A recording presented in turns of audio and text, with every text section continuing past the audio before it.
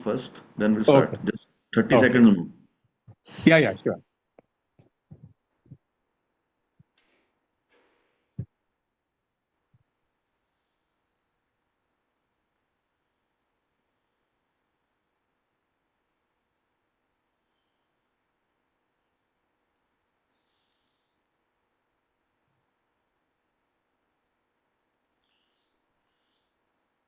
Yes.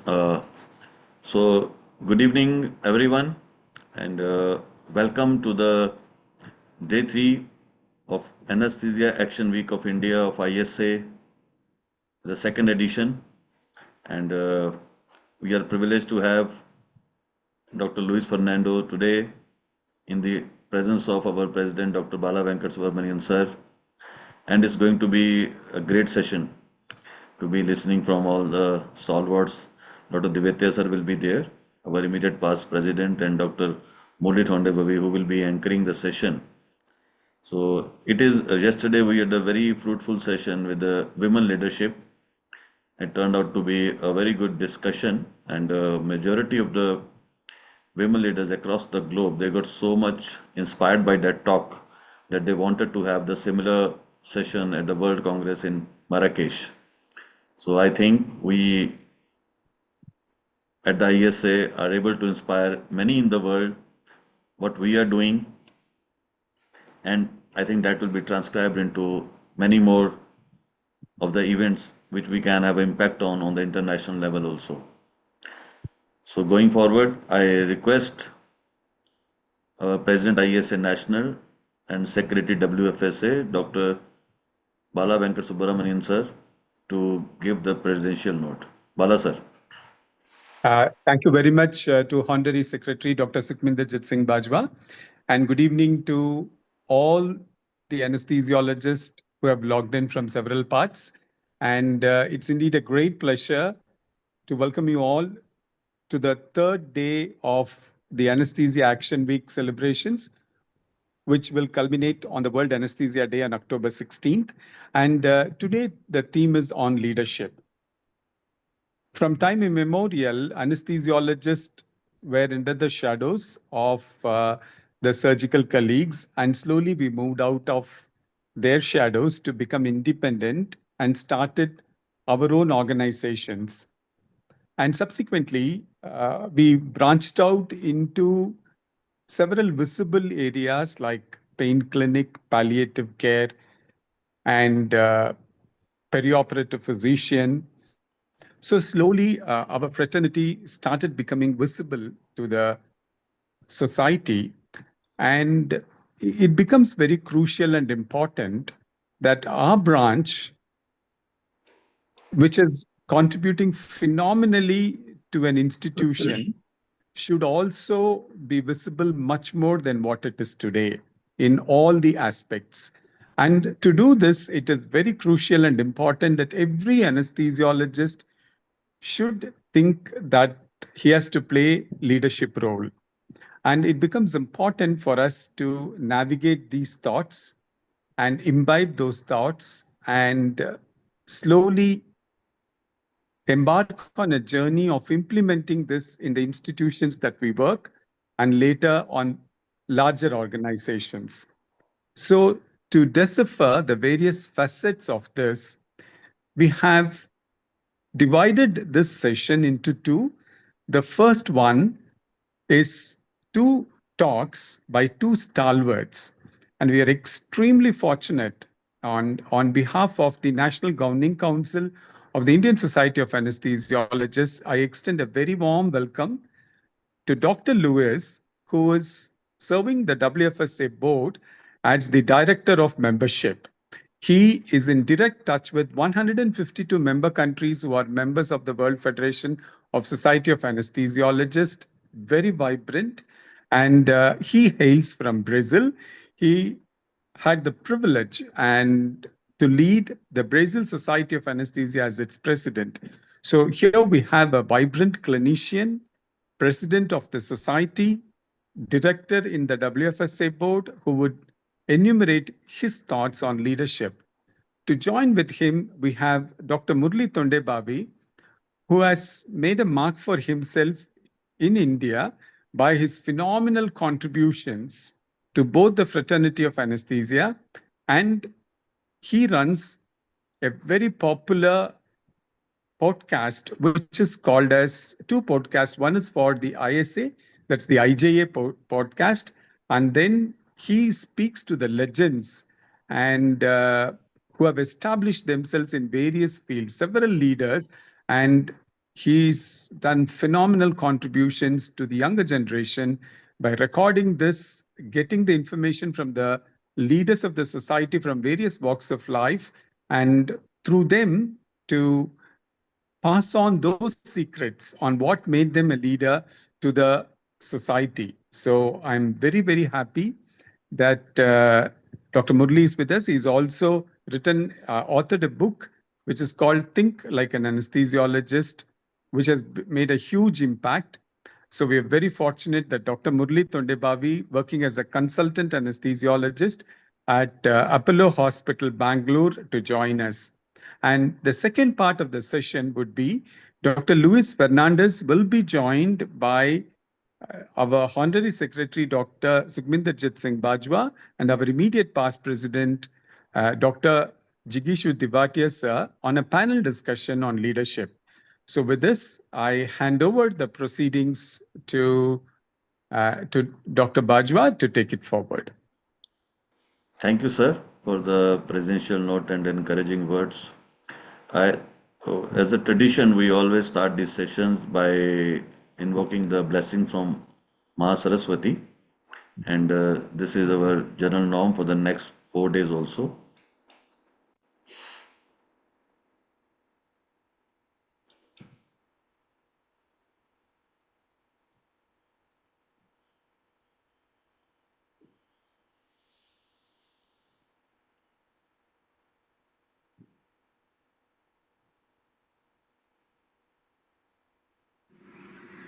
Om Saraswati Devi Namaha.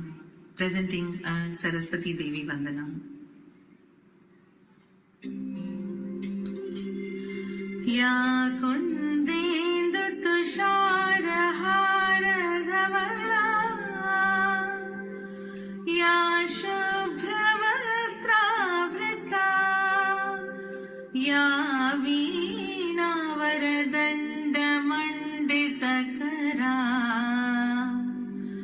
Ya Shweta Padmasana Ya Brahmachyuta Shankara Prabhutivi Devai Sada Vandita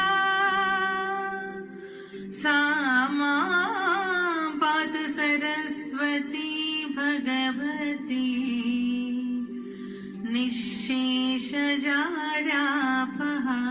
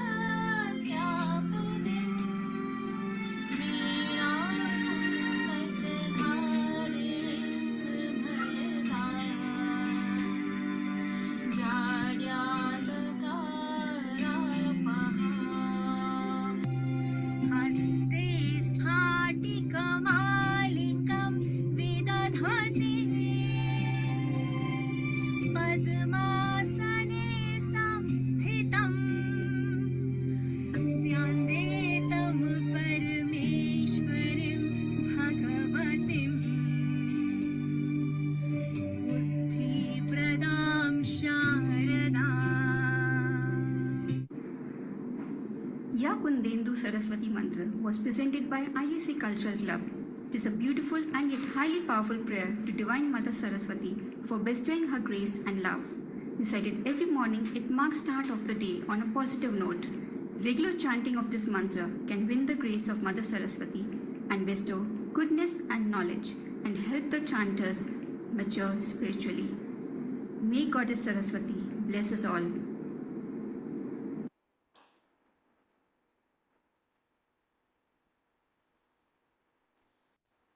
So that was a Saraswati Vandana combined by our ISA Cultural Club.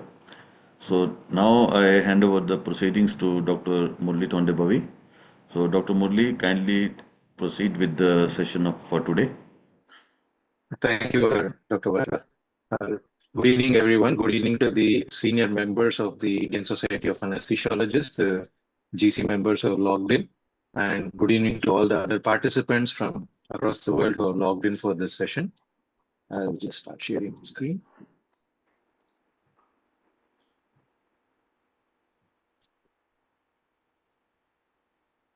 So as Dr. Balavenkat was mentioning, this session today is focusing on leadership skills for anesthetists. And the first two talks will cover the entire spectrum of how an anesthetist should develop into a leader. And the second half of the session will dive deep a little bit into the experience and wisdom from senior people as to how leadership skills have to be fine-tuned and developed over the period of their career. So the talk that I'm going to give is mainly focusing on leading from the operating room. As Dr. Balavenkat had mentioned earlier, that anesthetists have moved from just being behind the screens to participating in various activities across the entire hospital spectrum. I'm going to cover what are the practical leadership skills that a next-gen anesthetist should have going forward into the next decade. And the first thing I would like to highlight here is this is a podcast from the IGA, which we released last week with the president-elect of the American Society of Anesthesiologists, Dr. Patrick Gem. And I just want to play a clip from this about what he says is important for the future of anesthesia.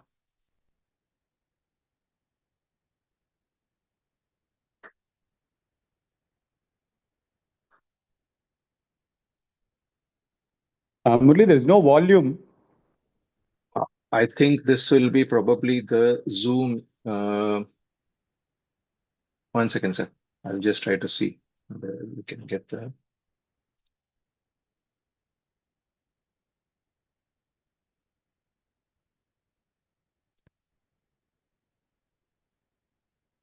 Can you hear it now, sir?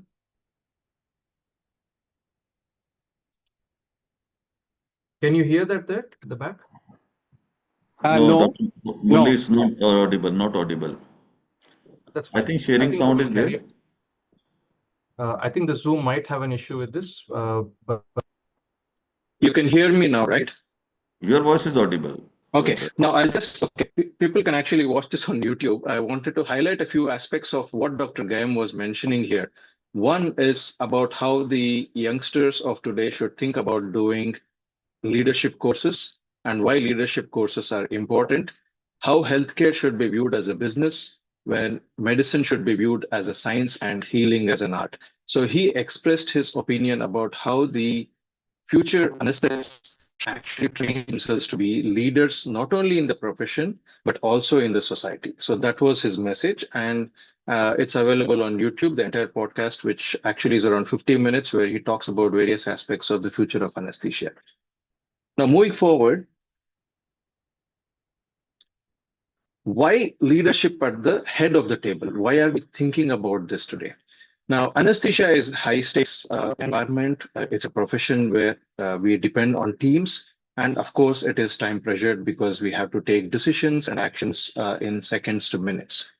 And leadership quality of the anesthetist at the head end correlates with the safety of the patient, the efficiency of the entire operating room, and of course, the team morale. And most perioperative failures, if we look into it, are preventable, especially with better systems and teamwork. So leadership, when it comes to anesthesia, is actually enabling the team and improving the system. And this is what I would like to reiterate, that it is about that and not the seniority. So the next 15-20 minutes will be about focusing on how we improve this rather than just talking about how to be a better senior anesthetist. Now, coming to what are the common leadership challenges that we face as anesthetists. Now, as I mentioned earlier, it is definitely high stakes and there is uncertainty involved. There are a lot of interdisciplinary communication gaps that can come. So this is something which we can see either nursing staff with us, with the surgeons, with various other people involved in the operating room environment. And of course, we are looking at the resource constraints. So as a leader, somebody might not be able to enforce or enable a few important decision-making systems because of the constraints and the system pressures. And of course, we have to address the team dynamics and conflicts, which all of us are aware of. Now, if you look at leaders in the world history, this is just a small snapshot of the various leaders from various fields. We see that there are a lot of different types of leadership styles. So you can see Mahatma Gandhi, we can see, of course, Abraham Lincoln, and the IT moguls such as Bill Gates and Steve Jobs. All of us are different, and leadership styles also vary. So one of the commonest, things that we notice as leaders is this transformational leadership style, where we have seen leaders who inspire, they mobilize people, they increase the morale of the entire team or the society if required. And of course, they are good at conflict resolution. One of the best examples is Mahatma Gandhi. He inspired the entire nation, mobilized people during the Dandi March, increased the morale, and of course, the conflict resolution was something of a debate which later happened. But transformational leadership is what we tend to see as common leadership example, you can call it. The second is transactional leadership. Now, this is a type of leadership wherein we maintain status quo. Everything is going well. It's an excellent team. Everything is working very well. The operating room is working well. The department is working very well. So there is just clarity in this leader's mind. He knows what is happening. He follows through various aspects of it, and of course, maintains status quo. The third type of leadership style that we tend to see among anesthetists is the coaching type. Now, we have some great teachers amongst us, people who have inspired, they have developed people, and all of us have been inspired by, the teachers of our generation. I've been inspired by many people when I was doing my post-graduation. And of course, these are the people who are open to feedback and they help in coaching the next generation of leaders.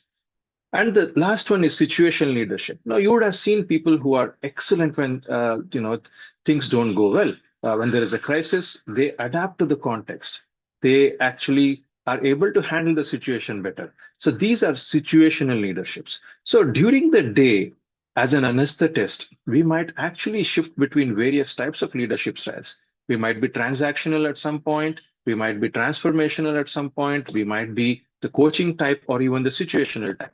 So it is important for us to realize what kind of a leadership style we are good at and where are we lacking and where we need to develop. Now, coming to the anesthetist today, now this is the 70th year of WFSA, and when I went to the website, I found that some of the stalwarts in anesthesia have headed this global organization. And I'm very proud to say that we did feature a few of them on our IJA podcast. And it was very, very inspirational to talk to these people because they have led a big organization. They have made changes for the entire fraternity. And looking at our own country, we've had some really inspirational leaders heading the Indian Society of Anesthesiologists, but also having guided a generation of anesthetists, more than a generation of anesthetists. And coming to anesthesia leaders in the operating room, we are going to look at what do they do differently. Now, they set purpose, roles, expectations early. So they don't wait for things to go wrong. They communicate very clearly. They listen actively and decide timely. So this is something that we'll again look into how to do this. They build a psychological safety net so anyone can speak up. So there's no fear for a junior to express a concern if there is something going wrong. They, of course, use checklists, briefings, and debriefings. So even before the WHO checklist came, people who are actually good leaders in the OR knew the importance of checklists. They knew the importance of briefings and debriefings. And they, of course, learn from events, they fix processes, and they just don't target people. Now, coming to what checklists can do, all of us have been using the WHO safety checklist. And if you look at the data, the earliest papers which came out showed that there was significant reduction in mortality, the complication rates came down, and of course, these studies were multinational looking at various groups of hospitals. But the main thing here with the checklist is the adoption quality matters. That is, if we don't do it with high fidelity, we don't do it as just a checkbox, but we are doing it with actually the intention to do the checklist. then we see a reduction in all the complications or mortality. And going a step forward, I would like to take the privilege of sharing this. This is the Asian Institute of Gastroenterology in Hyderabad. Dr. Sunil Pandya and team have developed an anesthesia patient safety checklist, which is different from the WHO, that we are going to be looking at exclusively anesthesia related things. So here we are looking at the anesthesia plan A, B, C, which is actually a part of the checklist. So before going ahead with the surgery, they're also looking at whether there are different plans if a plan A were to fail. So this is something which is where people have improvised on just a WHO safety checklist. Now, coming to the other thing, leadership ensures that the checklist is done with fidelity, as I mentioned earlier. It is not just a tick box exercise. And leadership also drives culture, coaching, and meaningful use of it, not mere compliance. So it is not such something that we have to do for ensuring compliance to either one of the standards, but it is something that we are changing our practice to improve patient safety.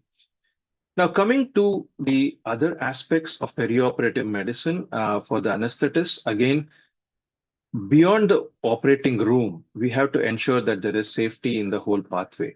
So if we look at this paper, which came out in 2010, they showed that if there is a comprehensive pathway checklist, wherein we are looking at from the preoperative to postoperative period, there is a significant reduction in the morbidity, the complications. And as you can see here, post-implementation, the graph definitely looks better because the entire pathway is taken care of. And I think as leaders, as anesthetists in the hospital environment where we are involved with pre-op and post-op period, we should play a key role in ensuring that this kind of checklist is implemented. Now, the other thing which we need to keep a close watch on is the standards that we stand on. So as leaders, we need to ensure that the standards are maintained. So when we look at what is the basic standards for care for as an anesthetist for our patient, the WHO and the WFSA came out with international standards in 2018, and they said there are highly recommended minimum safety standards which are required, such as there should be a continuous trained provider. So a patient should not be left with, say, a nurse or somebody who's like an OT technician, but there should be a trained anesthetist at the head end, pulse oximetry, and of course, ET tube confirmation following intubation should be with a carbon dioxide detection. And the use of WHO checklist is again something that is recommended, and there should be a structured transfer of care. Now, the aim as a leader should be to exceed the minimums wherever possible, but to ensure that these standards are maintained throughout the anesthesia care of the patient. And the next thing that comes up as a good leader in the OR is to train the team and not just an individual. So it's very important here that as we are seeing a boom in the simulation and crisis resource management coaching that is happening, this actually teaches leadership, it teaches good communication, and of course, situational awareness. There are multiple systematic reviews, but just to quote one here from the Canadian Journal, they showed that the CRM simulation training transfers to workplace and there is improved outcomes with the patient. And anesthesia has pioneered this, and now it is being transferred across to various other domains in acute care. So just to say a few things about crisis resource management, what are the essential things for a leader? What do they need to actually train their teams in? One is to call for help early. We need to ensure as leaders of teams that people under us, working with us, should call for help early. They should be able to designate a leader when things actually are happening, like a crisis. They should be able to allocate roles, avoid task overload, use, of course, checklists and algorithms, which should be handy along with, say, anesthesia machine. They should be able to speak clear numbers when things are not going really well. And of course, reassessing every 60 to 90 seconds. So anybody who's done a simulation workshop should actually be very familiar with all this because that would have been covered.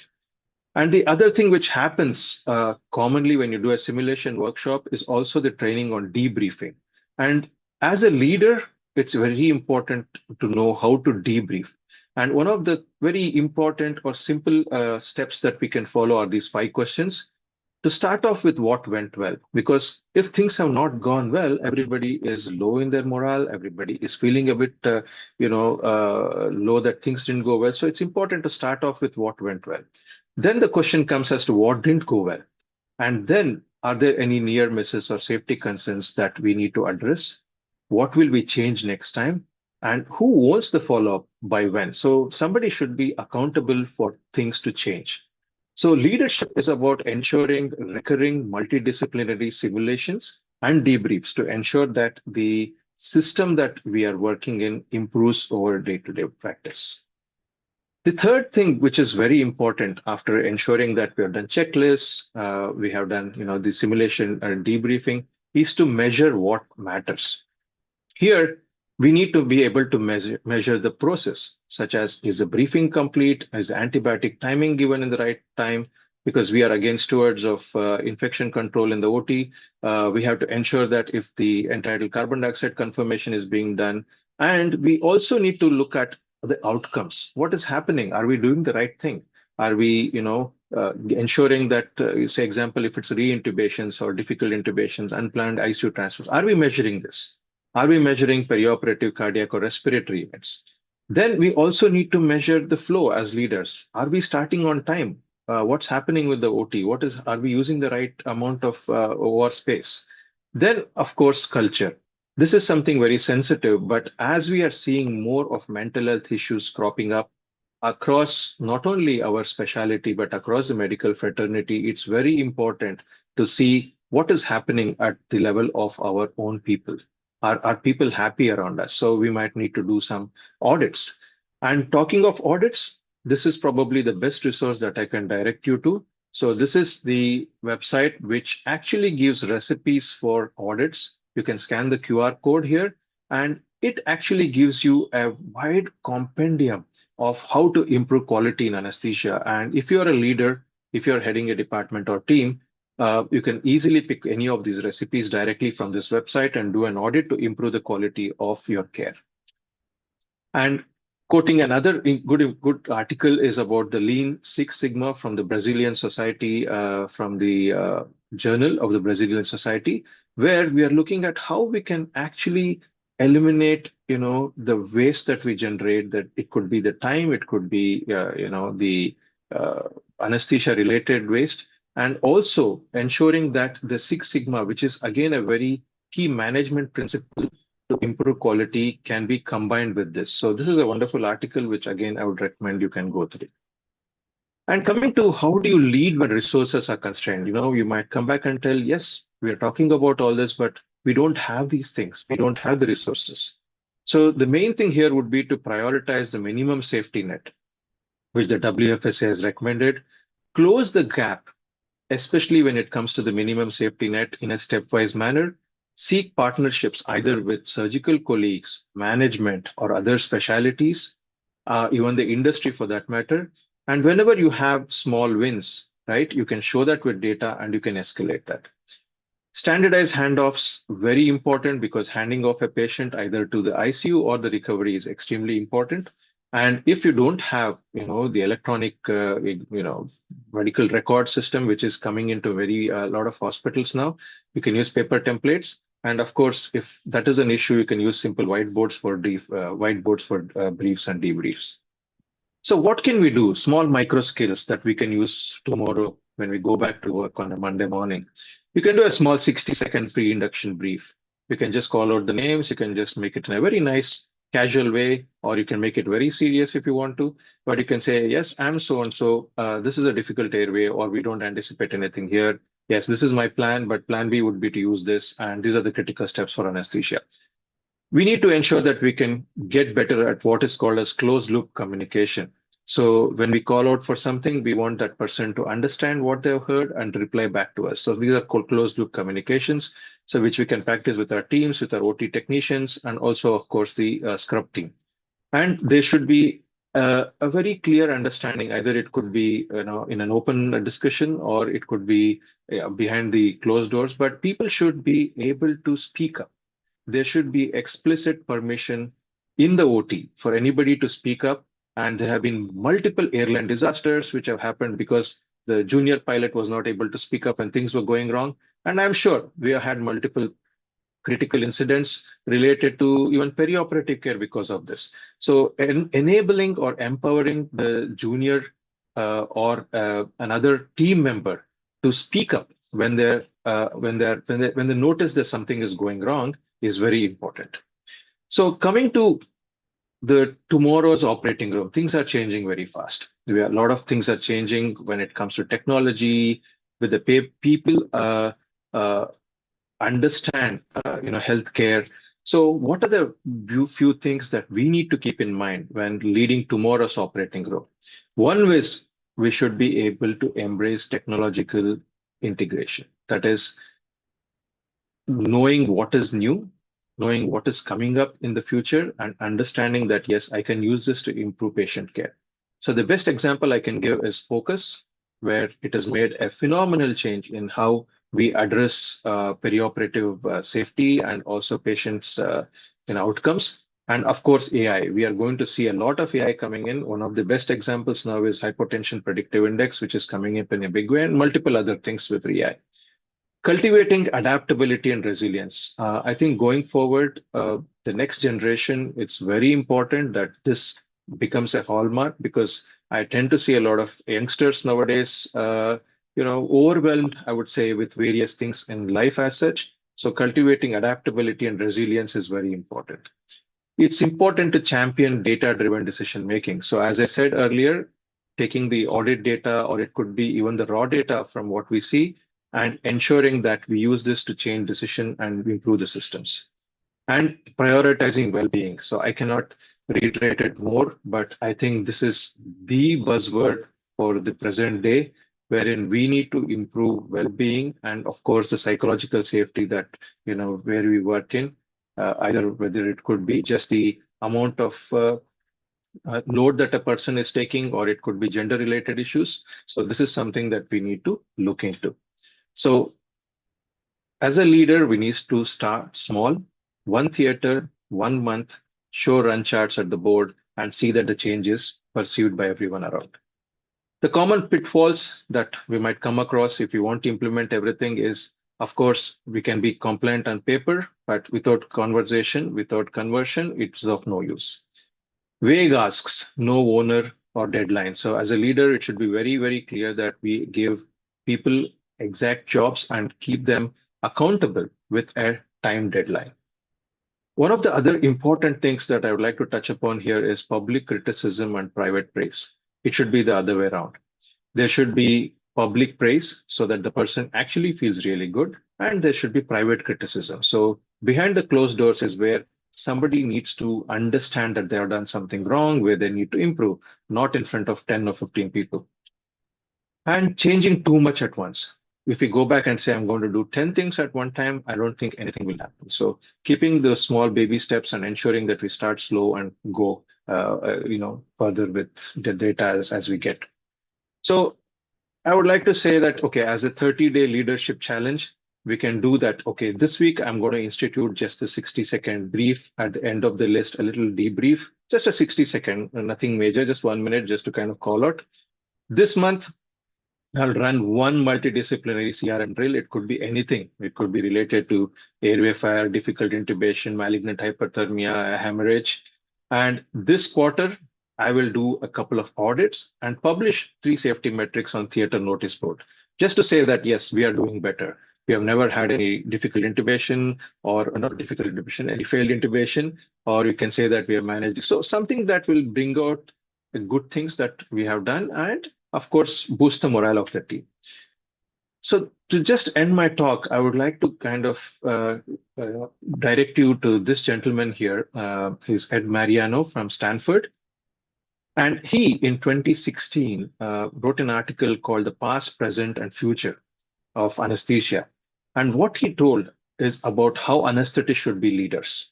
He actually has a lot of leadership roles in multiple societies. And what he said was, the first thing is an anesthetist should be a good doctor. There should be empathy towards the patient. There should be no conflict of interest when it comes to either the society, or should be the industry, or even the hospital. and patient-centric approach is the way forward. He also reiterated that the anesthetist should have their own identity. He should go out onto the wards. He should meet people. He should every day do rounds. So the hospital knows that this person is not somebody who just comes like a spy, enters the a lift and goes into the OT, and he's to be seen only at 6 o'clock in the evening or 8 in the evening when he comes out. So have your own identity, be seen in the hospital, and be known that you are an important doctor in the hospital. You should know the rules of the game. And again, here, I would like to reiterate that healthcare is a business. So you need to understand how businesses work and how, as anesthetist, you can play an important role, because that is when you become a leader. You should also question the status quo, that yes, I'm doing this, but is there anything that I can innovate? Is there anything in which I can do research? And of course, ending up later is how you publish and bring out that research. And you should build trust, just not amongst your own team, but the entire hospital. And you should celebrate the winnings. And most importantly, be open to opportunities. He reiterates that a good leader has good networking abilities, and he's open to opportunities, even if they are tougher asks for that time and day. So the last slide I would like to kind of sign off with is that if you look at this, you have to question yourself, do I initiate change? Am I comfortable with change? And the good leader is somebody who actually is in this yellow box, and he is the one who learns the most. Thank you. Thank you, Dr. Murli. It was a very engaging talk about that leadership roles in operation rooms. And I was amazed to see the new definitions of leadership, transactional, transformational, because during my time when I was growing up, I was listening to the democratic, autocratic, so many type of leaderships. But this is a really a good one in a practical scenario where how you transform the operation theater, where you take a lead up role, and definitely the briefings and feedbacks of the surgical teams. So many things are there to improve the things in your operation theaters and as well as the critical care units. I think, but the leadership role, till you adopt it completely, you may not be able to transform the things and all the inherent qualities and requirements which can be established in the operation room to make it a better place for your working and for the patient safety. Whether you go by the checklist or you go by your clinical document, these are very, very essential. It was a good talk, and I now request Dr. Murli to introduce Dr. Louis also and go ahead with the next talk also. Yeah, thank you, Bajo sir. In fact, I'll share the podcast link on the chat box that others can have a look at, which I couldn't play because of the Zoom. I don't think it allows the internal audio. And as Dr. Louis has already been introduced by Bala sir, I would request Dr. Louis to kindly take over and talk about leadership as the anesthetist grows and wants to make a change in the society, not only with the fraternity. How do we go about it? Thank you very much, Dr. Morali, and congratulations for this outstanding presentation. Very, very important presentation that explain all the baselines on the leadership. So good evening, dear colleagues and friends. It's a proud honor to join you during this Anesthesia Week 2025, organized by your society, and the Indian Society of Anesthesiologists is one of the most vibrant and respected communities in the global anesthesia. So let me begin by expressing my deepest gratitude to Dr. Bala for the kind invitation and warm friendship, and to all the leaders of ISA for their dedication, and for sure whose work continues to elevate the standards of anesthesia across India and beyond, as shown by Dr. Murali.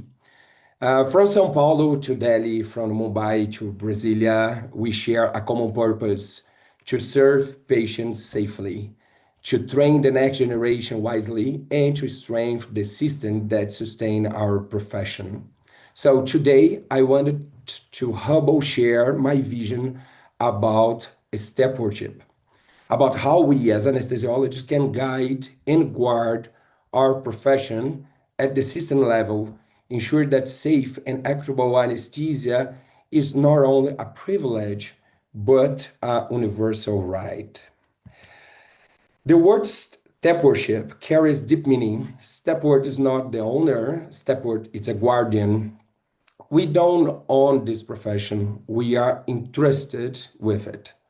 So leadership, therefore, is not all about position or prestige, it's about responsibility for the systems that enable safe practice, for the colleagues who depend on them, and for the patients who trust us completely. Inside the operation room, we embody this every day, and we are always quietly, precisely, faithfully. But true leadership begins when we extend that same sense of responsibility beyond the operation room to the way we train, we organize, and sustain anesthesia service.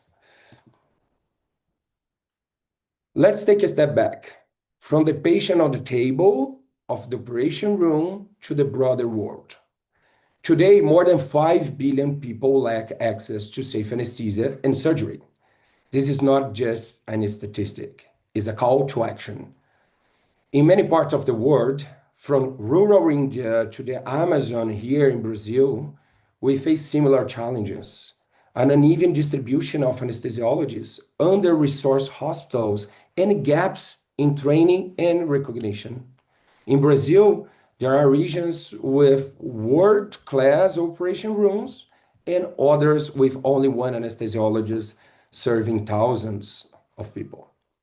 I know this is also true in India, where the excellence and scarcity coexist side by side. This is where stewardship becomes essential. If you want safe and equitable anesthesia, we must not only lead our teams, we must help build systems. Systems that educate, systems that support, and systems that care for both patients and professionals. So let's explore how stewardship translates into actions across 5 essential dimensions of system-level leadership. The first dimension of stewardship is our workforce. No system can be safer than the people who work within it. Globally, we face shortage and imbalance, some regions with abundance, others with scarcity. India and Brazil share this reality. In both nations, academic hubs shine brightly, yet rural areas remain underserved. To sustain safe service, we need strategic workforce planning, align training capacity with national surgical needs. We also need well-being strategies that protect those who care for others. Rotational rest, fair scheduling, psychological support, and a culture that treats well-being not as a weakness, but as wisdom, as pointed out by Dr. Murali. And a healthy anesthesiologist is a safe anesthesiologist. Well-being is not optional, it's a patient-safer intervention. And to sustain quality training, we must empower young professionals through mentorship, for instance, simulation, and feedback. When we invest in our people, we invest in our patients.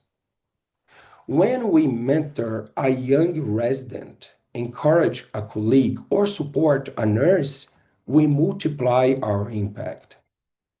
That's why initiatives like the WFSA Global Mentoring Program exist to connect mentors and mentees across continents and strengthen the global workforce. The second dimension is patient safety, the cornerstone of our profession. We have global standards such as the WHO WFSA standards for safe practice of anesthesia. But stewardship means going beyond compliance. It means building systems that make safety measurable, shareable, and sustainable. That includes incidents reporting frameworks that encourage learning instead of blame, benchmarking tools that allow institutions to compare and improve outcomes, and continuous quality improvement programs that link data to daily decisions. In my own institution in São Paulo, for example, we have used ERAS, the Enhanced Recovery After Surgery, and perioperative optimization programs, not only to improve outcomes, but to build teamwork and sustainability. This improvement in quality can be measurable. When safety is measured, it becomes visible. When it's visible, it can be improved. And when it's shared, it inspires change. That is how step worship transforms isolated excellence into a collective reliability. The third dimension is equity and access. Because there is no patient safety without access. Across the world, billions still lack safe anesthesia and surgery. In India, as in Brazil, the gap between urban and rural cares remains wide. Step worship calls us to close that gap through task-sharing models, teleeducation, and rural outreach. It also calls for a global collaboration. Through the WFSA, for example, we have joined initiatives such as the Search Hub from the United Nations and the Global Surgery 2030, creating networks that can connect professionals across different continents. This is from São Paulo to India, to Africa, to Europe, to North America, the whole globe. Working together, we can achieve great things. Through the WFSA, again, anesthesiologist leads have contributed to the World Health Organization by actively speaking at the World Health Assembly and in the whole regional committees. As you can see here in this slide, on the bottom right corner, we have Sheila represent WFSA in the Southeast Asian Regional Committee. They have also played a key role in the approval of important resolutions, such as the Resolution 68.15, which includes surgical care and anesthesia as a component of our universal health coverage, and the Resolution 76.2, which incorporates them into primary care. Those resolutions are from the World Health Assembly and can help our own government to invest and to promote funding to improve access to care. Equity is not charity, it's a justice. Every patient, wherever they live, deserves a trained anesthesiologist, a reliable equipment, and compassionate care. And every anesthesiologist deserves the tools and the respect to provide it. The fourth dimension is the digital transformation, as Dr. Murala mentioned before. Technology and AI are reshaping healthcare. We know that. From perioperative monitoring to decision support and training analytics. But as stewards, we must ensure that innovation advances safety and equity, not complexity and risk. That requires clear guardrails, interoperability, so systems communicate and prevent fragmentation, governance framework define ethical use and data protection, and medical legal clarity, ensuring accountability when algorithms assist decisions. Artificial intelligence should augment, not replace the human intelligence. In anesthesia, compassion and judgment remains irreplaceable. Stewardship means embracing technology with curiosity, but also with conscience. The final dimension is the advocacy and climate-resilient perioperative care. Using our voice to protect both people, and the planet. The Operation Room is a surprise contributor to the climate crisis. Volatile agents, energy use, disposable waste, and more.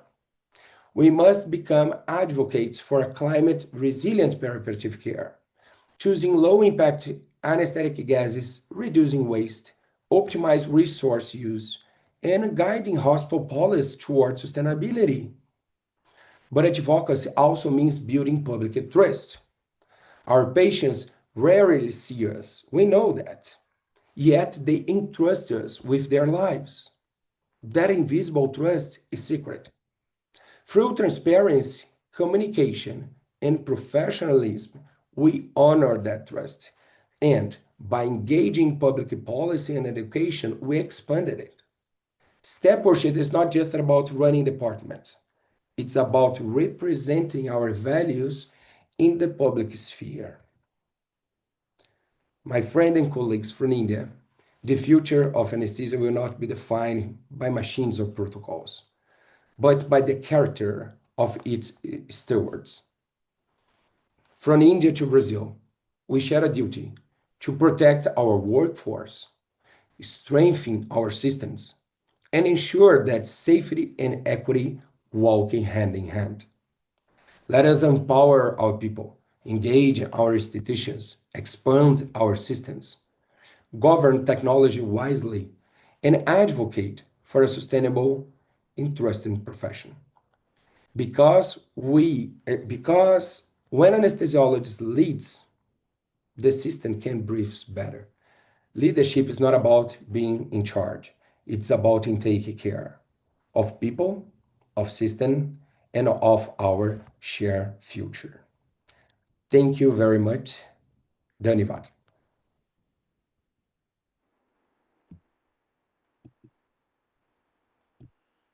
Thank you, Dr. Luis. That was, I think, one of the very important aspects, and that's how we look at the stewarding the leadership at a global level among our anesthesiology fraternity. So I request Dr. Bala Venkat sir to at least give some concluding comments upon both the talks before we move to the next session. Thank you so much, Dr. Bajwa. Thank you so much, Dr. Luis, for that wonderful narration and taking a journey into the thought processes that need to go into the current leadership, taking into account the artificial intelligence, the new path that digitally we are taking. So to harness all that and to evolve holistically, I think both the talks gave a lot of insights into how a leader should be and what are the essential ingredients. And I'm 100% sure these kind of sessions provokes, inspires, and make people think much more than they normally think about themselves. And each one should lead themselves into greater heights by inculcating these insightful talks. And I'm very, very happy that both the talks gave a lot of insights. And I'm very happy that it covered two different aspects of an anesthesiologist. And thank you, Dr. Murli, for curating this session and for these two lovely talks. So I thank both Dr. Murli and Dr. Lewis for doing full justice to the talk and giving us very valuable inputs. Now, to take this forward, I would like to request Dr. Murli to go for a panel discussion in which we will have Dr. Luis Fernandez, part of it, and two leaders. One, the immediate past president of Indian Society of Anesthesia and the current academic chair, also served as the editor-in-chief of Indian Journal of Anesthesia, president of Indian Society of Critical Care Medicine, and currently the editor-in-chief of Indian Society of Critical Care Medicine, Dr. J.B. Dibatia sir, who served in the capacity as head department of anesthesia at Tata Memorial Hospital, Mumbai, as one of the panelists along with Dr. Lewis. And I request our honorary secretary, Dr. Sukhminder Jit Singh Bajwa, who has played multiple roles in Indian Society of Anesthesiology, serving the editorial board for a long number of years. And he took up the reins whenever it was challenged during the last tenure. And he took over as the EIC fell sick. And he showed the way that the journal can, he upheld the values of the journal.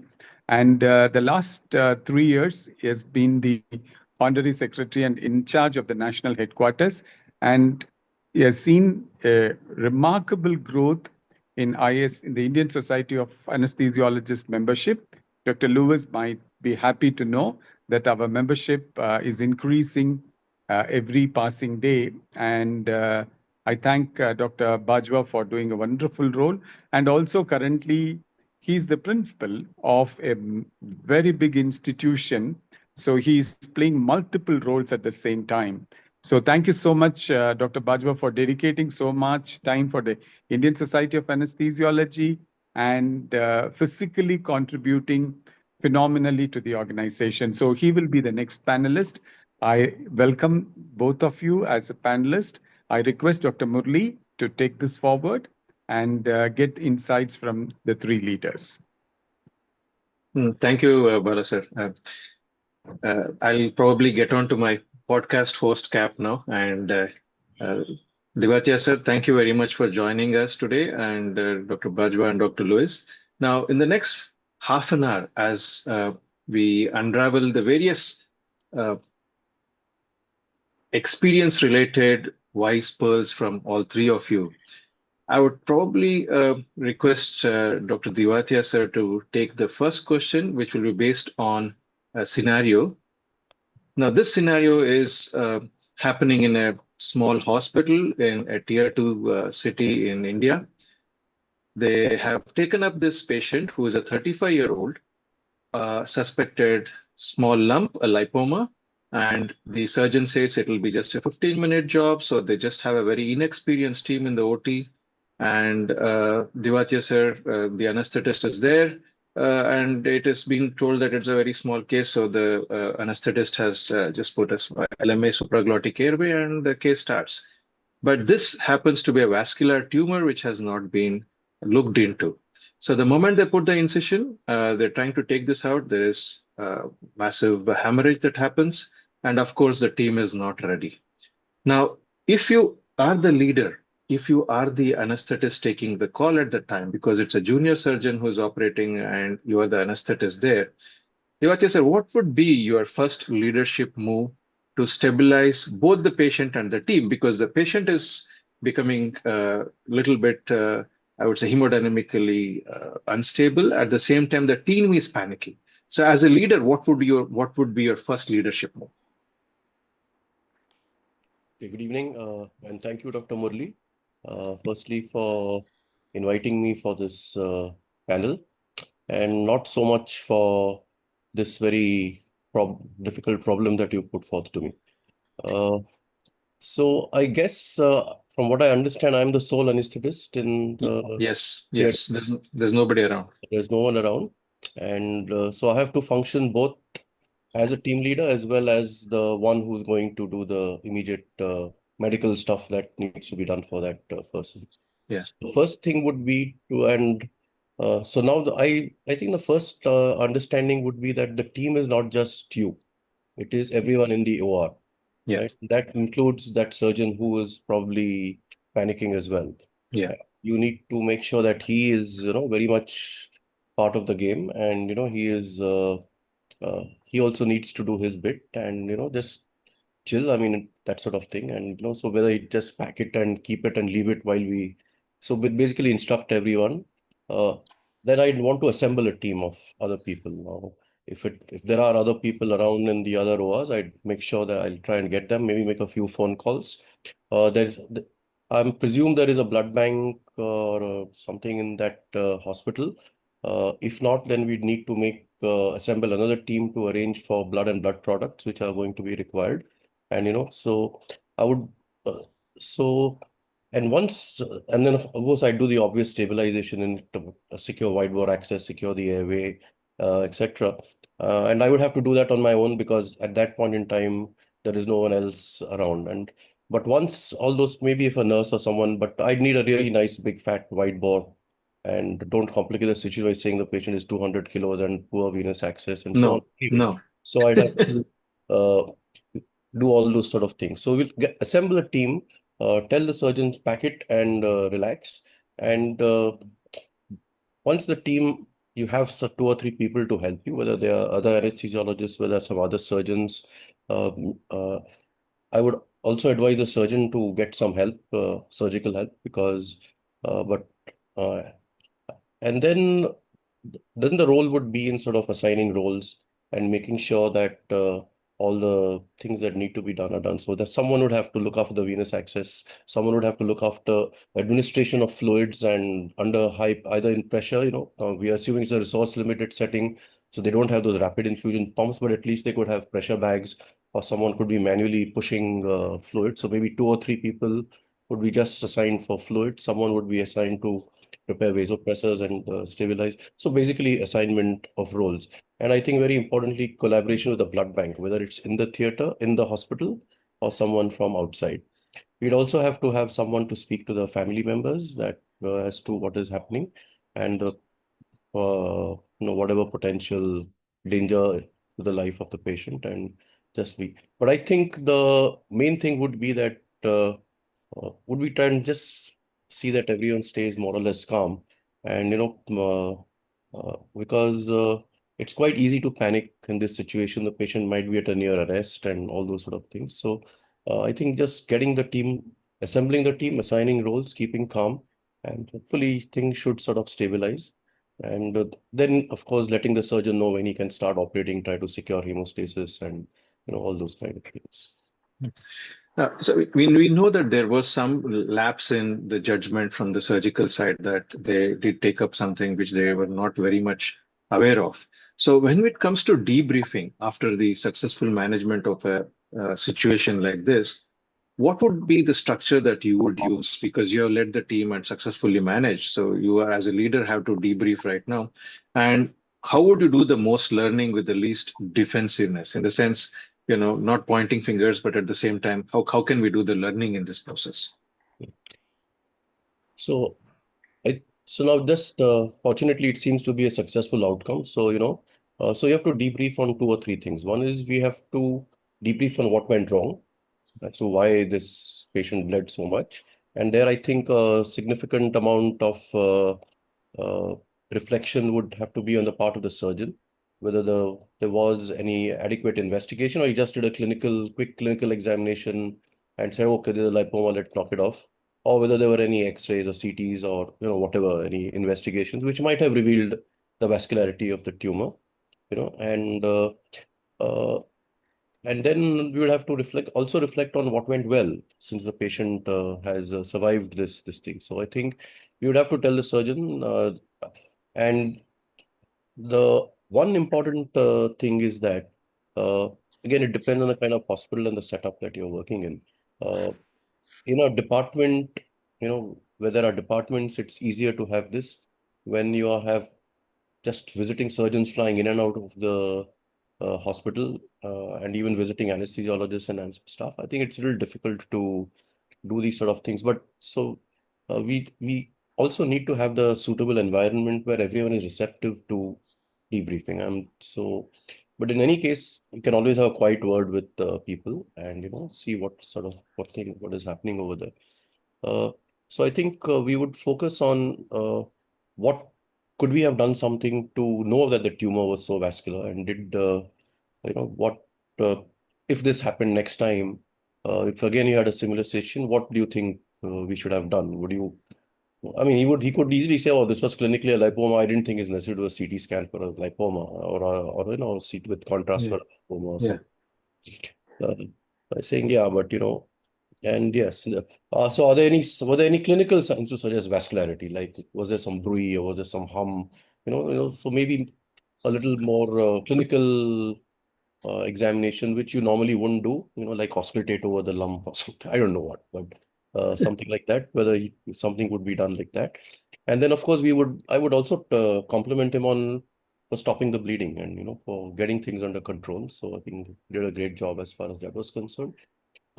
And while things, so we should also say how well people performed, that they got their things right. The guy who ran and got the blood bank, that was able to supply so much blood, back cells and plasma or whatever blood products were able to do that. Maybe the ICU team that helped stabilize the patient in the post-op. We'd also try and see, could we do something better? Even though this was a good outcome, could we still have improved the resuscitation? Could we still have improved our systems in the sense of, whether the blood came on time, whether the products came on time, whether there was. So we'd sort of use this to actually improve the systems in that hospital and the processes within the hospital. So I think it would go something along those lines. There would need to be a sort of like a root cause analysis on why this tumor turned out the way it did, whether it was a complete surprise or whether there was a missed finding or something like that. And so basically, I think if you ask the question, what would you do if you had a similar case next time, would actually an honest introspection would start from there. Thank you, sir. In fact, you reiterated a lot of important points there. One is to ensure to note down what went well, what didn't go well. But also at the same time, you mentioned that the system should be ready for this kind of a feedback because it could be a floating population of surgeons and anesthetists in that system.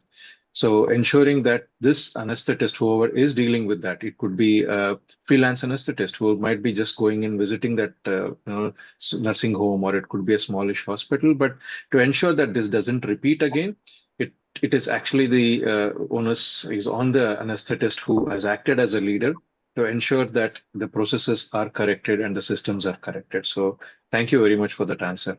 Dr. Bajwa, the question next to you is about, we can't expect residents and trainees to become leaders of departments or head big teams, but they are leaders nevertheless when they're handling a patient, right? They are there looking after the patient, and at that time they are the leaders in that position. So if there is one practical habit or a hack that a resident or a trainee should know about cultivating leadership in crisis, what would that be? Honestly, answering that question, I think I cannot point out to one particular habit, because to enable or to tackle a crisis situation, I think it's a confluence of habits. One habit may not make you perfect or a good leader into that. Now we are talking about a hemorrhage in a case of lipoma, which has a vascularity. And as Dr. Devetia said, it can be in a very small setup, in a peripheral setup, where you have minimal resources, minimal or untrained manpower, or it can happen in a emergency room of a big institution, maybe happening at in the night also. In some emergency cases also happen like that, or this was an elective case actually which went bad. So in this situation, uh, I think with a leader who has to know how to manage crisis, he has to show a very or confident face that he can handle it. Although inside he may be having a little panic that this situation is going out of control, but on the face, I think you have to show like a true leader, have a courage, and if you have a knowledge about how to manage these situations, you have to exude the confidence. And if in a peripheral setup, suppose the person is, I think, maybe attending that setup many times, the first important quality of a leader is to train the people in that setup. That if something happens, any anesthesiologist should have that habit of training the people around him that in case of emergency, how you can help me out like this. This will help a good teamwork, and it will, and how you really train them. It's not just by ordering or just by some dictating something. You can have some role play in between, or sometime you, when you get in touch with those people, briefing them about that how the emergency situation they can be of use to these people, because the managing a crisis role is more important rather than the everyday's role we are having in our operation theater. And you, we are trust, they should be having, when they look at you, you should be a figure of a calm head, a person who can deal with any situation in any crisis. You have a solution to every problem in the operation theater. I think these are the qualities which leaders in operation theater and invariably these are the anesthesiologists. Surgeon is busy in the surgery, and I think as a young surgeon, he is also panicking at the same time. So whether you are a senior anesthesiologist or a junior anesthesiologist, you are much capable of leading the team in resuscitating the patient. Regarding that debriefing session, what Dr. Divetiya sir said, I think that's the basic crux of leading in the future, where you have to debrief these patients again when the outcome is good, when you have already covered the important time. So you have to have a learning curve from this so that the team becomes better prepared for the next time. Thank you. In fact, one of the very important things that you mentioned was about having a calm head. And I would reiterate there that a good night's sleep and having good health physically and mentally is one of the very important things an anesthetist should work towards, especially if he has to, look after patients in the OR. Thank you, Dr. Bajwa. Dr. Louise, the next question actually, you're not I haven't shared the questions with you, but this is going to not come as a surprise to you because I'm just going to ask you about one checklist or cognitive aid that you think would be useful in a situation like this. Hi, Dr. Morali. Let's see if I understood your question. Your question is about the use checklist for Checklist or a cognitive aid when there is a massive hemorrhage happening. Is there anything that you would like to kind of mention that somebody can have at the end of the anesthesia machine so that if things are going, south as we call it, they can have a look at it and say, fine, I'm going to follow this ABC. Yeah. Usually, this is a very common approach to use the checklist for a critical situation. Could be a massive hemorrhage or, for instance, a difficult airway. And we know that usually those checklists or those flow chart, they are very useful, but with a certain limit. And nowadays, at least it's my way of think, the better kind of approach, it's a cognitive approach. So the cognitive approach that is okay, that could be a checklist, but that should be something that making sense. So that it's in that difficult situation, you don't need to remember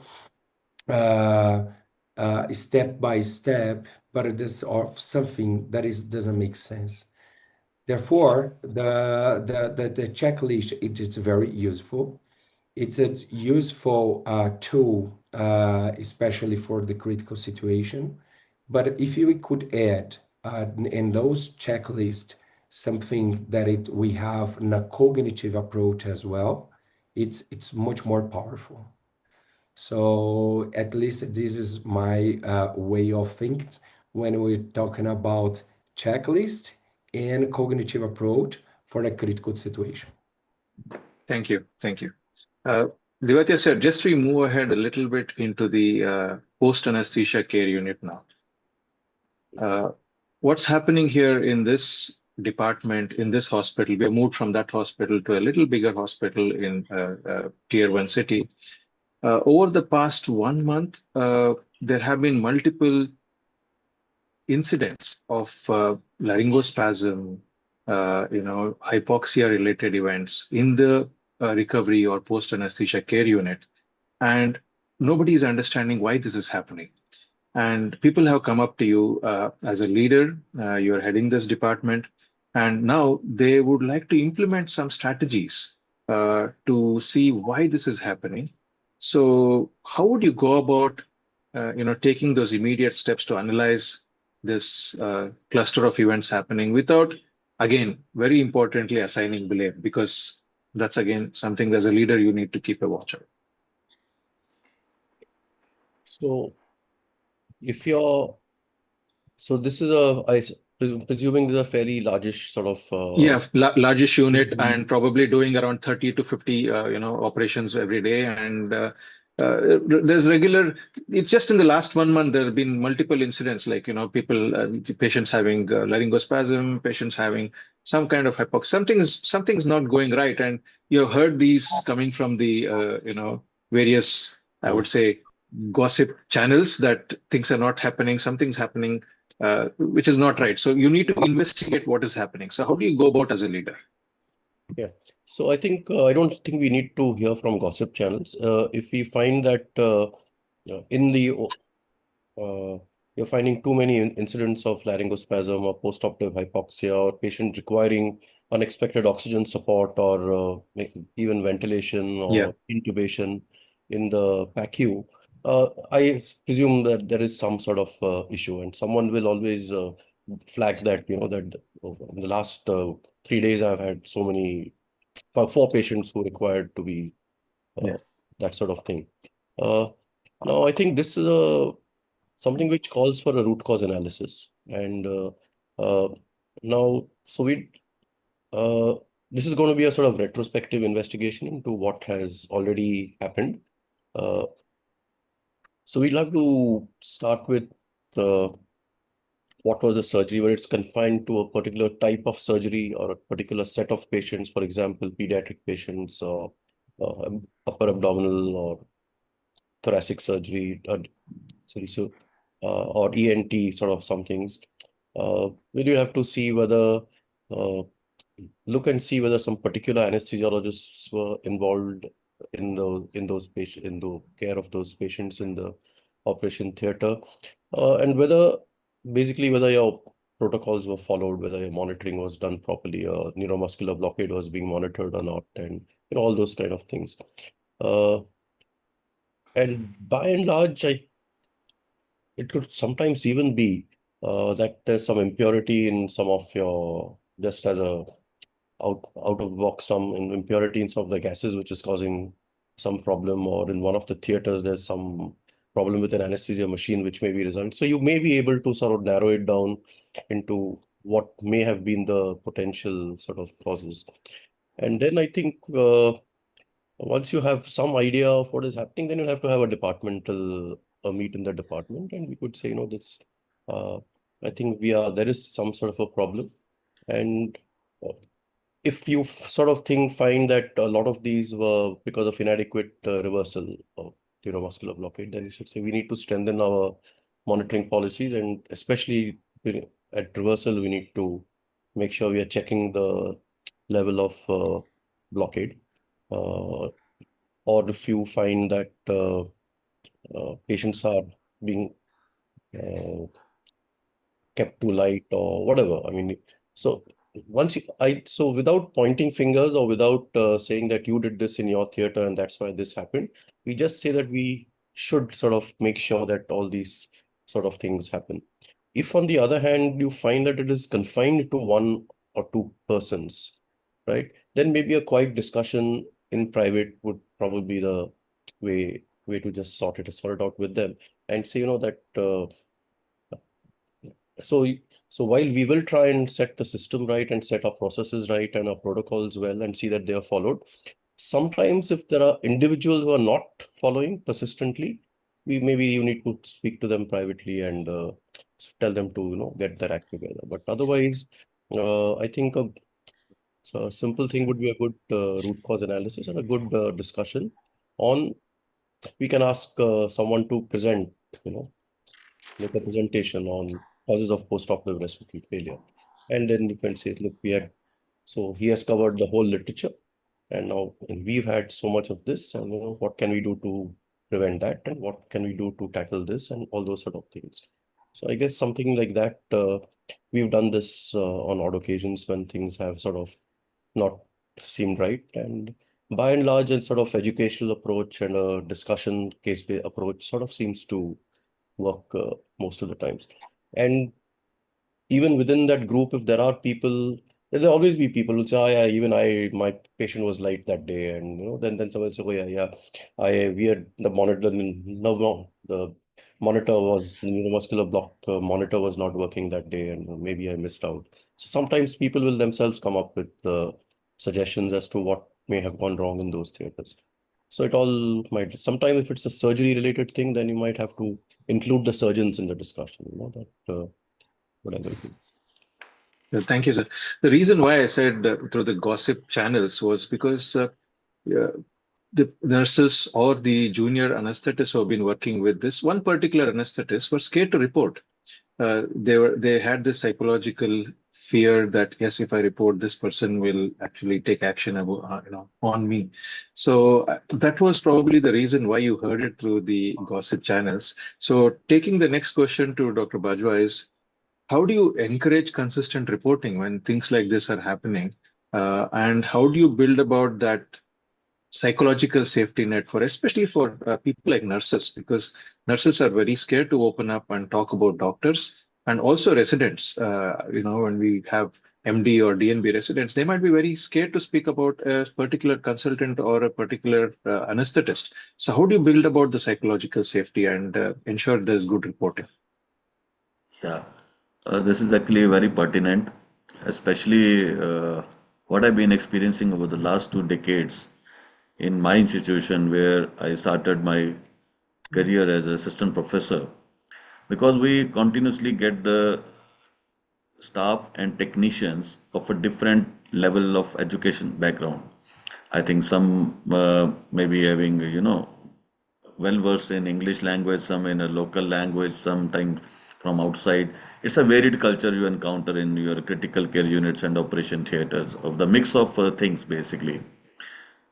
Moreover, if your postgraduates are there, and I think the psychological fear of reporting because they have to get a degree. So, what they think that if I report this thing, I will be labeled as one of the inefficient person or maybe something incapable, and that may the pure pressure actually. They always feel that I will feel insulted in front of the other colleagues. So what I have is, as my personal experience, I think when I was growing up in this hierarchy of our leadership role in anesthesiology, the best part is to have a very, very clear conversation with them in their own language, because our medical language is entirely in English. How do you expect to train them? I think your local language, your local meanings, because vocabulary of the medical dictionary is sometimes difficult to grasp by these staff and technician. I'm restricting to these people first. So when you teach them, you have to be a role model, you have to be a role play. You cannot teach them just by giving them didactics. You have to do it personally. That's what I have how to do a suction, how to do a, take the hand hygiene safety. How do you go about preventing the bed sores? How do you think do the things like that? You have to demonstrate them. And you have to instill a psychological safety among them that I am just among you only with a good skill now. So what we are going to learn is here is the patient safety, and that is our requirement. And these patients are your relatives. Think these patients are your relatives, and whatever you learn on them, whatever you practice on them, you are treating your own relative just like your closest relatives. That is the one way of going it. Then the trust and faith you build up among them, you should not be blaming them for whatever the harm they may be causing inadvertently, because that is the commonest reason in our medical profession. Whenever we see something like that, a mishap or something gross negligence, we just blast them, and they become almost a never learner again. The freedom of learning almost gets curbed. So you tell them that by doing this mistake, this would have been a better solution. So providing them the trust and faith in you and feedback and speaking up, questioning you. So see, if you have any questions regarding this thing, if you want that you would have tackled this situation better in that way, you should be questioning me, giving a feedback. So continuous, it's a continuous learning process over the months and years actually, when you really train your staff. Because many times these staff will be leaving your ICUs or operation theater rooms because somebody getting engaged, somebody getting married, somebody going to the different countries or different places. So every time you get a new culture, this new breed of this new staff and technicians. So your learning method, your role play should be such that the people who are there with you for a longer time, they should be able to disseminate the knowledge which you have imbibed in them to the other staff. Suppose a patient comes, the new staff is there, the old staff is there, they will say these are the expectation from us, ourselves, and we will be practicing these things. So by doing these simple things, I think, and similarly the teaching and training and a role play, as well as building a good trust and faith among these people, and as giving them a psychological freedom in these things, it will be have a better learning rather than becoming more didactic and autocratic leader in those rooms. That's, I Thank think, you. the way to go forward.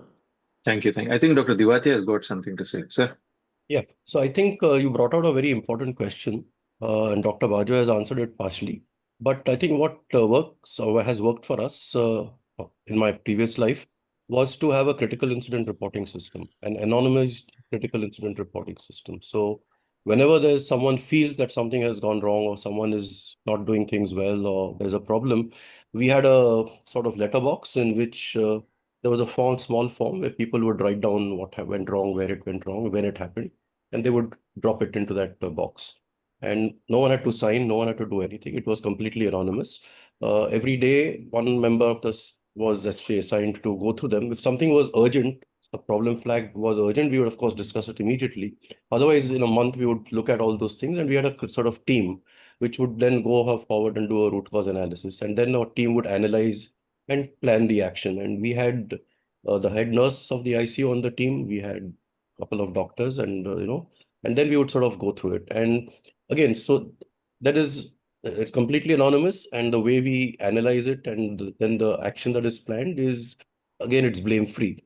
But I think, but at the end of the day, I think the most important point is to have a blame free culture in the department or in the hospital. And if people see this working, then people have more confidence in the system. And the amount of reports which we used to get was quite amazing. Initially, there were few, but then they started coming in once people realized that, things are happening on the ground. So the last step would be to give feedback to the person if that person was had identified himself or herself, or you just would say that, okay, this was done and this was reported and now this has been done. So that final feedback was given. So once people had confidence that the system was working, more and more reports came in. And the reports would be something as uh, non-fatal or non-lethal as the residents were not clearing the bed when they finished their night duty and leaving the dirty bed sheets over there, to something, that this fellow was not checking the blood properly, he was just signing and telling us to start. So it could be all sorts of things. There are some administrative issues that sort of would come up, that some doors used to be closed at night, and to transfer the patient to another area, they would have to take circuitous routes. So it involved administration, security. So a lot of things got sorted out. So I think anonymous critical incident reporting works very well in these sort of things. Thanks to both of you. In fact, Dr. Bajwa got out a lot of important points of communicating in the language that the nurses or technicians understand, and also ensuring they see the patient as their own relative, so being more patient-centric. So then at that point, they would think of doing the bigger good rather than worrying about, speaking up. And of course, you mentioned very rightly about reporting systems and how it should be anonymous to ensure safety in reporting and psychological safety. Dr. Lewis, the next question about the same is to you. If you identify that there have been flaws from the anesthesia side, like example, either inadequate reversals or one anesthetist not doing well, and if this data has to be shared across the board to the surgeons and to the other members of the operating room, as a leader, how would you share these findings? How would you communicate these findings so that nobody gets hurt, and at the same time you don't drop the morale of the team? Perfect. Very important point. So as mentioned here before, we have to promote a trustable environment.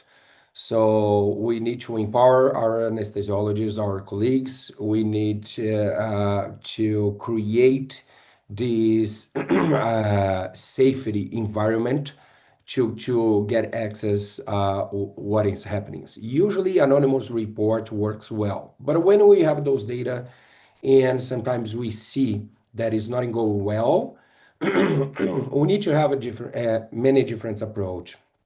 First of all, we need to understand if this is what is happening it's it's happening with the same colleague, with the same anesthesiology every time. Because if this is happening, we need to give a feedback one by one. We need to talk with him and to listen to him about what is happening. Because for sure, all we are here are anesthesiologists, and nobody wanna do harm to your patients. This is a truth belief. What everyone here want to promote what is better and what is safe for your patients. So if something is happening with a specific colleague, with a specific anesthesiologist, we need to understand from them what is happening. Because usually when something goes bad, when there is some patient harmed, usually it's not only one point of failure, it's a multiple point of failures.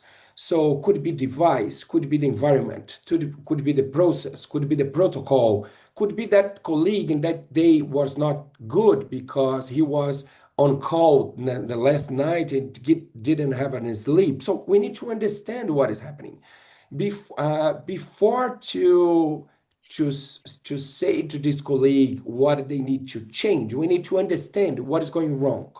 So this is the first point.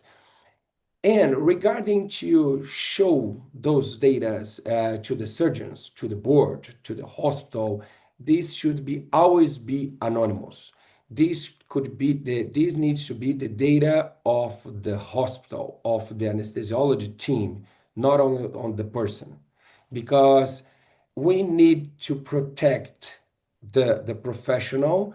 And when I say protect, we need to understand and we need to help them to achieve the better outcome for the patients. And sometimes we are close inside our own silo, because sometimes as a leader, we understand that we are promoting the better for the team, but when we talk with the team, it's not the reality.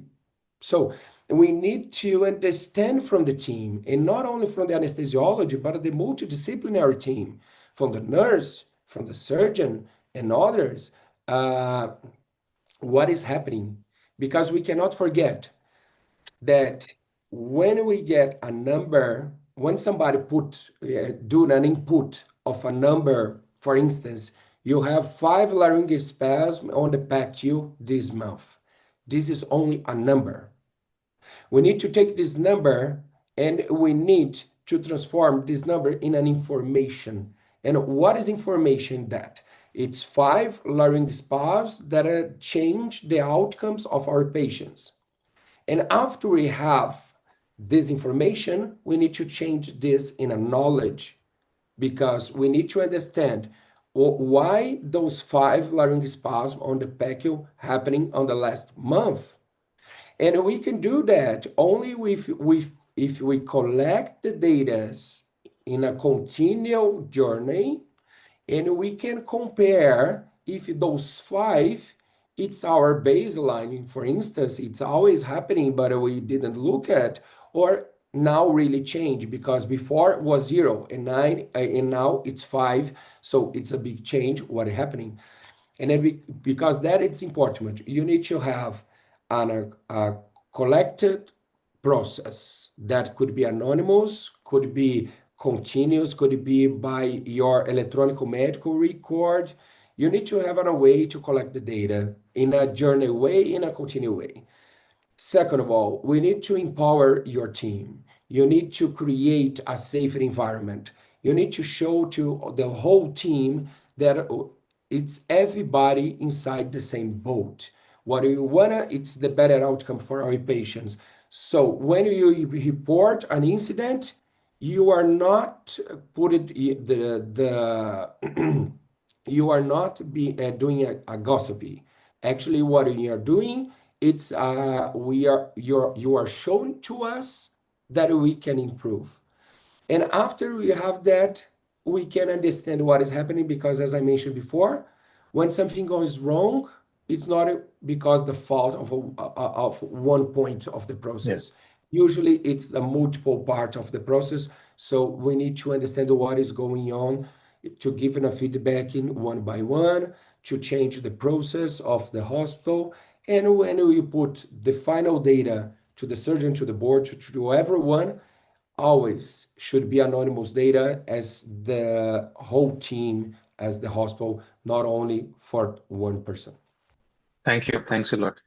I think in the last half an hour, we have covered a lot of important aspects of how leaders should actually shape themselves when a crisis, comes to the war where they're working, and also to understand as a leader looking after a team as to how to address when incidents are happening. So thanks to all the three panelists for actually sharing your views. Considering that we actually, I think, probably have run out of time that we were allotted. Dr. Bajwa, can you take one more question? Important. Yeah, sure, please. It is actually to you. So it's about the well-being and burnout. We are seeing, I would say, sadly, a lot of youngsters also, having health-related issues. We do get in our WhatsApp and social media circles, young people, succumbing to either sudden cardiac arrest or even taking their own lives. So, as a leader of a team, how do you ensure that people working under you are not going through a burnout? How do you identify these people and how do you address the situation? Yeah, I think that's the most pertinent question, which is applicable to almost the 90% of our institutions, whether the corporate or the medical colleges, where DNB and MDs or DRNBs and DM are going on. I think these pressures have been created by the multi factors, I think, right from the competitions where you enter into the system, then your syllabus, then your working hours, the duty hours, and uh, and more importantly, if you do the root cause analysis, I think the infiltration of the mass media with all the WhatsApp, the Instagram, and Facebooks and other. I think they have created a little bit of a, this is the negative part of this social media, where they have lost their me time actually. The me time which could have been used for certain constructive sports or a rehabilitation or a cultural activities where they could have spent some time to at least deviate from whatever the stress has been caused by the workplace. As a now it's become, I think it's become easier for me now to, as a head of the institution, not just anesthesiology. I see a work. It's very easy to for me to point out the burnout in different departments. But I will be sticking to the anesthesiology here. You have to have a build a mechanism as a HOD that I have been for so many years. That what mechanism was there, you have to make them freedom. You have to develop a trust and faith in them that whatever they talk to you, whatever they report to you, that is limited between two of you, the head as well as that particular person, maybe a resident, maybe a senior resident, maybe AP or anybody. That is very, very important. And sometimes you have to be very I think very decisive in deciding whether those facts being proposed by that particular resident are true or not. It gives comes with time, I think. Even the initial part of my career as a HOD of anesthesiology, even I think used to get carried away by certain presentation. People are sometimes very good communicator. When they communicate, you get convinced about those things rather than going for the fact finding. You understand that they whatever they are saying is a fact. So you have to ascertain the facts whether whatever being conveyed by them is absolutely truth or not. As a leader, I had in the beginning that you have to be a problem solver. You should have a solution for every problem in the world for giving the solution to your residents. That is one thing. Second part is the atmosphere of the department. It always flowed out from the top. How you really maintain your department, that is very, very important. There are certain things I think the social aspect should be covered in such a way that nobody should be feeling basically overworked or Yeah. biased work, something like that. That will give the freedom to express that something goes wrong, and you have to address that particular thing at that time only. If you think keep on hanging the things for a longer time, it will become just like a tumor. So those things can be very detrimental. Regarding the burnout and fatigue among the residents, I think myself hailing from that particular population, where even when I was started my career as assistant professor in the medical college after senior residency, the hell lot of work starting from 9 o'clock till 11 o'clock in the night, when you're managing the department almost alone for when the in the private medical colleges there are very few people in the beginning when the college is new setup, hardly time for your health.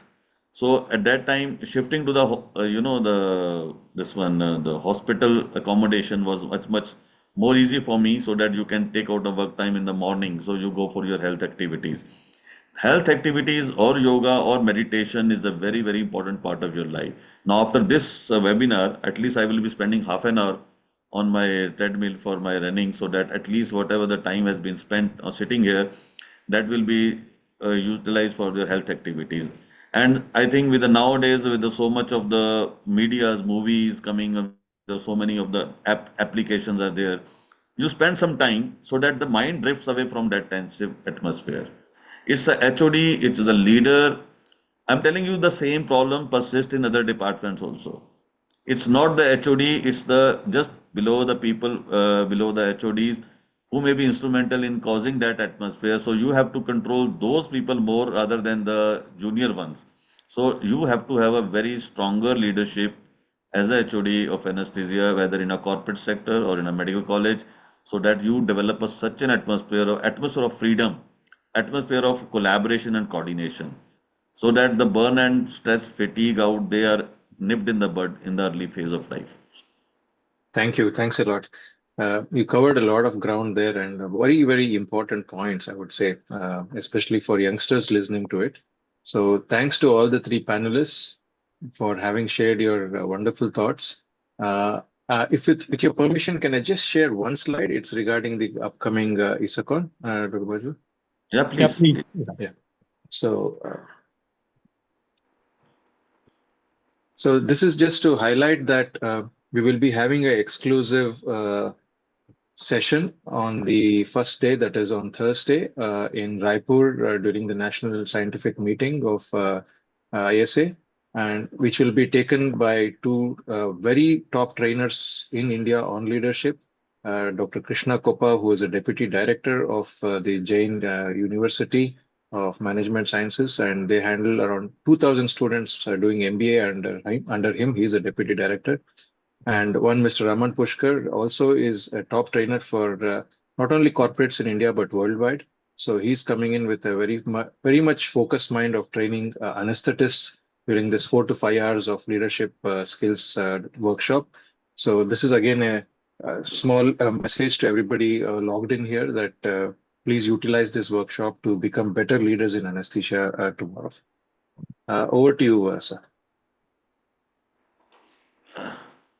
Thank you, Dr. Murli. I think today's session was a very important one. Yesterday we had women leaders, today we had men leaders. And I think what better than Dr. Bala Venk and Dr. Divya, the two leaders who have led ISA to a good platform in the current situation. Whatever the progress we have seen over the last few years, I think the last 2 years of my secretaryship with them, they were remarkable. I've seen the society getting transformed into something, everybody getting a trust and faith in the society. The mechanism of the society interacting with its member have become more transparent and more of a trustworthy, where every member, I think nowadays, whatever they feel, they can get it, and they can get all the solution from the society, whatever the expectations of society are. I thank these two leaders for the last 2 years. They have done a tremendous work, and I think they will keep on contributing in the coming days also. That is what ISA is all about. So I request Dr. Bala sir to take the stage from here. Thank you so much, Dr. Bajwa. And on behalf of all those who participated today and all those who are going to view this via the YouTube in the days to come, I'm on all their behalf. I wanted to thank that this session would be a great treasure for several young minds to go through and then channelize their thoughts. So thank you so much, Dr. Lewis, for being with us. And I'm sure that we will have more collaboration and Indian Society of Anesthesiologists is all set to collaborate with all organizations, including the sister societies, to learn from each other and to grow together. And I'm sure that Indian Society of Anesthesiology would love to partner with the Brazilian Society of Anesthesia, where you are the leader. And I'm I'm very sure that together these two growing economies will produce some remarkable impact. And I take this opportunity to welcome you to our national annual conference at Raipur. We look forward to meeting you physically.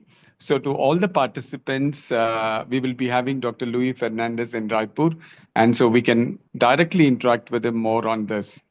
And thanks, Dr. Murli Tundebavi, for curating the program so well, for giving the concept, for driving home the points, and working with certain very valuable points during the panel discussion.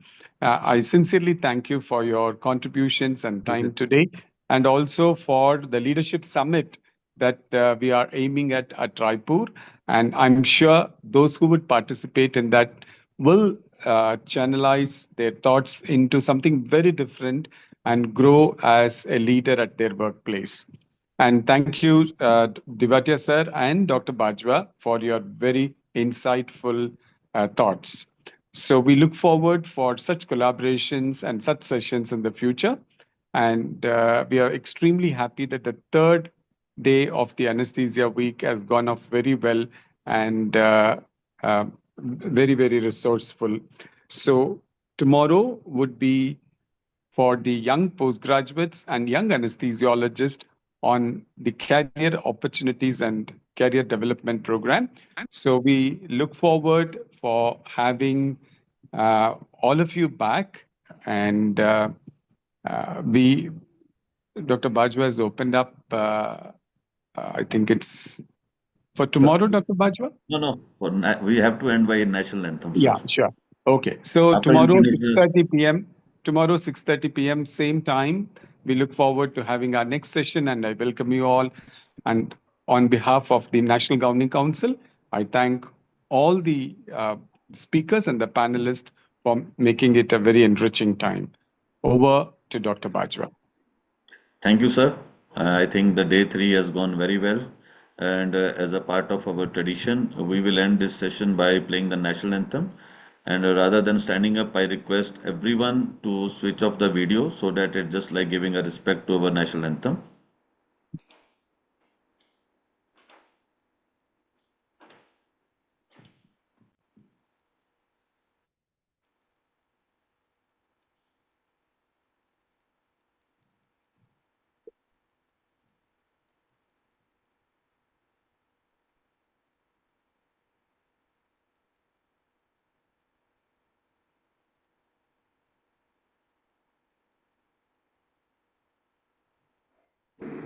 Hello everyone, we are presenting National Anthem by ISA Cultural Club. Jai Hind.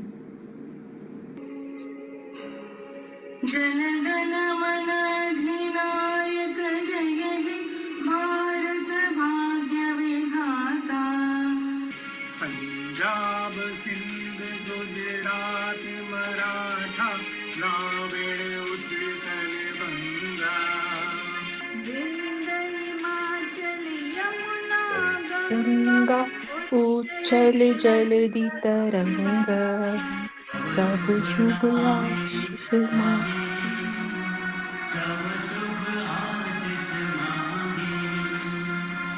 गाए तब जय गाथा मंगलदायक जय हे भारत भाग्य विधाता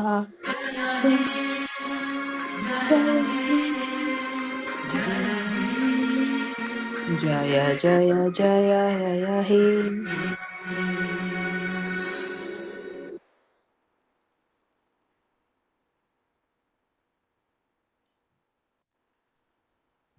So thank you everyone, and we will be meeting tomorrow at the same time, 6:30 p.m. with the halfway of the anesthesia action week. And to Dr. Luis, sir, thank you very much for sparing your precious time for our Anesthesia Action Week. And I think we as a country are the first one, because the second edition of Anesthesia Action Week throughout the globe, we are celebrating the Anesthesia Week rather than just World Anesthesia Day. So in the very few days it will become World Anesthesia Week also, as we progress toward the progress of our fraternity and society, sir. Thank you, sir, and good night. Long live ISA. Thank you, and good night, and long live ISA.